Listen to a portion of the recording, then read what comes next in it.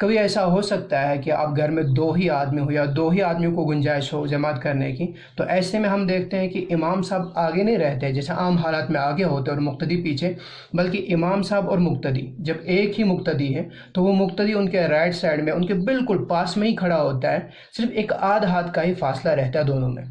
تو آگے نہیں ہوتے امام صاحب۔ لیکن جہاں مقتدی 2 ہو گئے تو ویسا نہیں ہوگا کہ اب وہ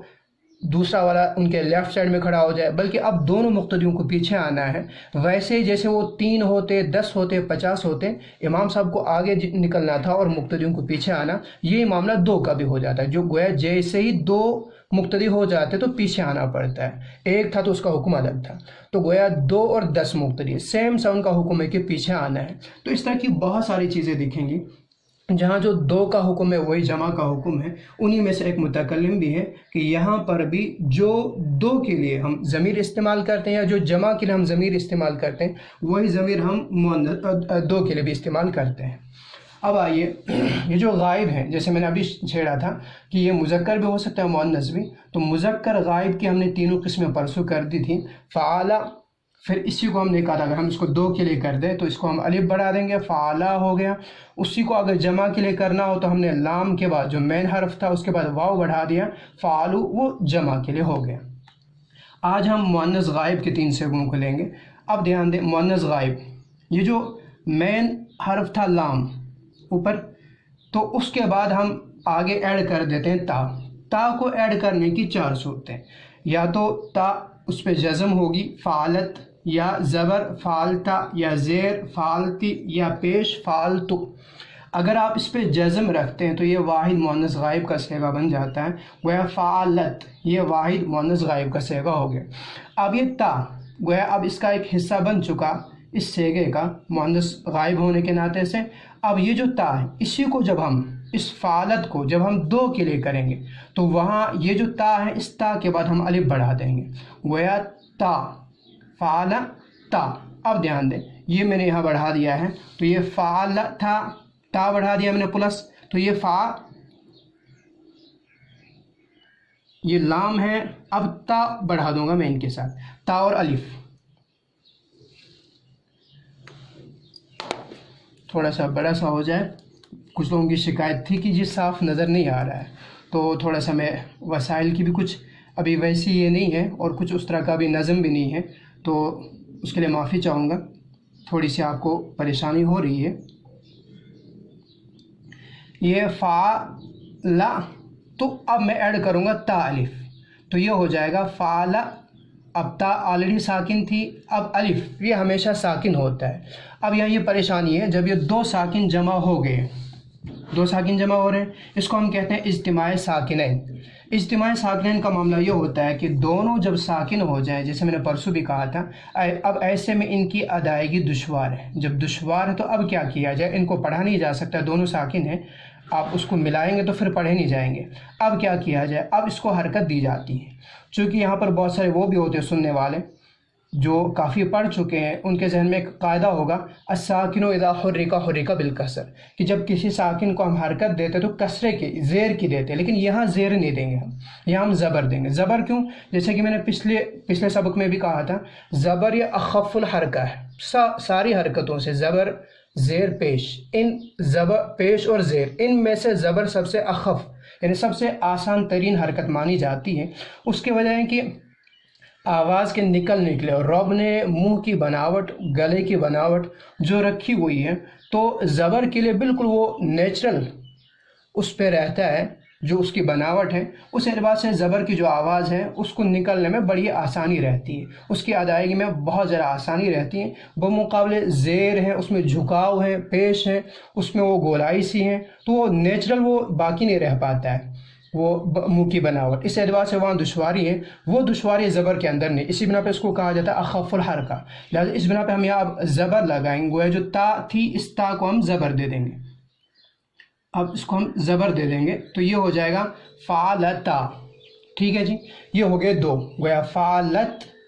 اسی طرح فعلتا۔ اب جمع کریں گے تو جمع میں تھوڑا سا چینج سا ہوگا، یہاں ہم اس کو نون لگائیں گے۔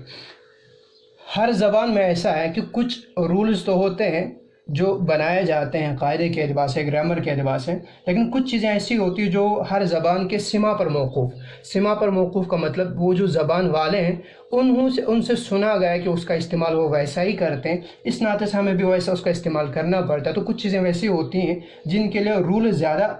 ہوتے نہیں ہیں، بس وہ سمہ پہ ہی موقوف ہوتے ہیں۔ اسی طرح کا معاملہ آپ یہاں پر بھی دیکھیں، یہاں ہم جمع کے لیے جو نون لگاتے ہیں، جہاں اس کی کچھ وجہ ہے بھی، وہیں زیادہ ذرا میں سب سے بہتر وجہ جو مجھے سمجھ میں آئی وہ یہ کہ اس کو ہم سمہ پہ موقوف کریں کہ اہل عرب سے ایسا ہی سنا گیا، وہ ایسا ہی اس کو کرتے آئے ہیں، مؤنث جمع کے لیے نون لگاتے، تو اس بنا پہ ہم بھی یہاں پہ نون لگائیں گے۔ تو لہٰذا اب مین حرف جو تھا لام، اس کے بعد ہم نون لگائیں گے، البتہ نون پہ زبر آئے گی اور تا کا وہ جو سکون تھا جزم، وہ ہم لام پہ لگا دیں گے۔ اب دیکھیے یہ فعلا تھا، میں نے اس کو ایڈ کر دیا نون، تو نون پہ زبر دوں گا اور اس کو جزم دوں گا، تو یہ ہو جائے گا فعلنا، فعلنا،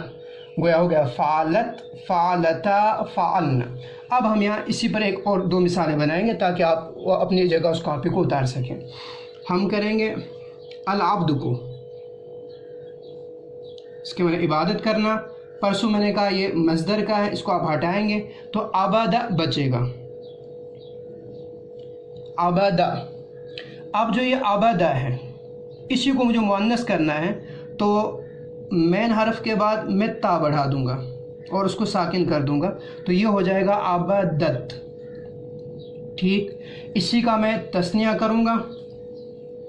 تثنیہ کے لیے تا کے بعد الف بڑھانا ہے،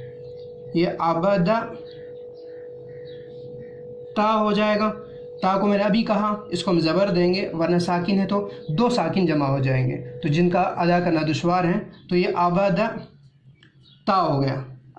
الف ہمیشہ ساکن ہو گئے دو۔ اسی کے بعد اب ہمیں اسی کو جمع کرنا ہے، تو جمع کے لیے ہم نون لگائیں گے،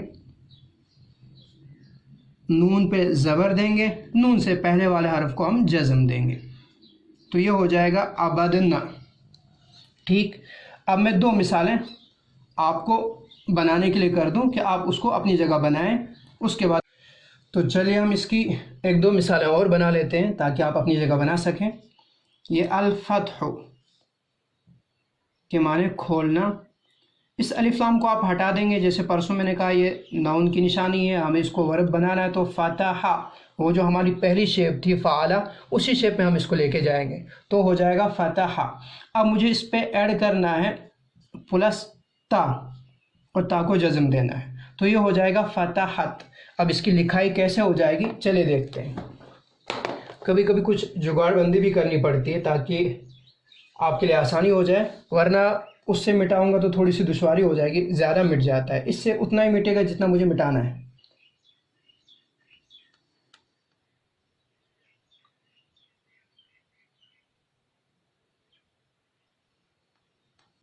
چلیے ہو گیا۔ اب دیکھیے اب اس کی لکھائی کیسے ہوگی، یہ ہو جائے گا فتحت۔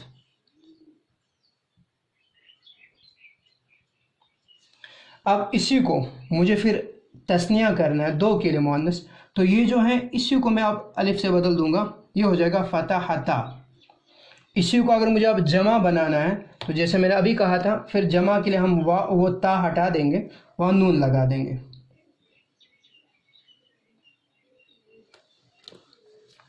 تا ہم نے ہٹا دی، تا ہٹانے کا اسی کو نون سے بدل دیں گے، نون کو زبر دیں گے اور اس زبر کو ہم جزم سے بدل دیں گے، تو یہ ہو جائے گا فتحنا، ٹھیک ہے جی۔ اب چلیے اس کو مٹا کر کے میں آپ کو تین مثالیں دوں جن کو آپ اپنی جگہ بنائیں گے، اور بنانے کے بعد چاہیں تو مجھے اس کا فوٹو سینڈ کر کے واٹس ایپ پہ دکھا سکتے ہیں تاکہ آپ کے سبق پہ بھی میری نظر رہے اور آپ کو بھی تھوڑا سا حوصلہ رہے سیکھنے کا۔ ایک تو اسی مثال کو آپ بنائیں گے الفتح کو، ایک بنائیں گے آپ العبد کو جو ابھی ہم نے بنایا تھا وہاں پہ، اور ایک بنائیں گے آپ الضرب کو، اس کے معنی عبادت کرنا، اس کے معنی کھولنا، ان تینوں کو آپ بنائیں گے۔ اور اب آج آپ 6 صیغے بنائیں گے، 3 تو مذکر غائب کے بنائیں گے اور 3 مؤنث غائب کے بنائیں گے۔ مثلا ایک مثال میں بتلا دوں، عبادہ، عبادہ، عبدو، مؤنث عبادت، عبادتا، عبدنا، تو ان 6 کو آپ بنائیں، انشاءاللہ آگے کا چلتا رہے گا۔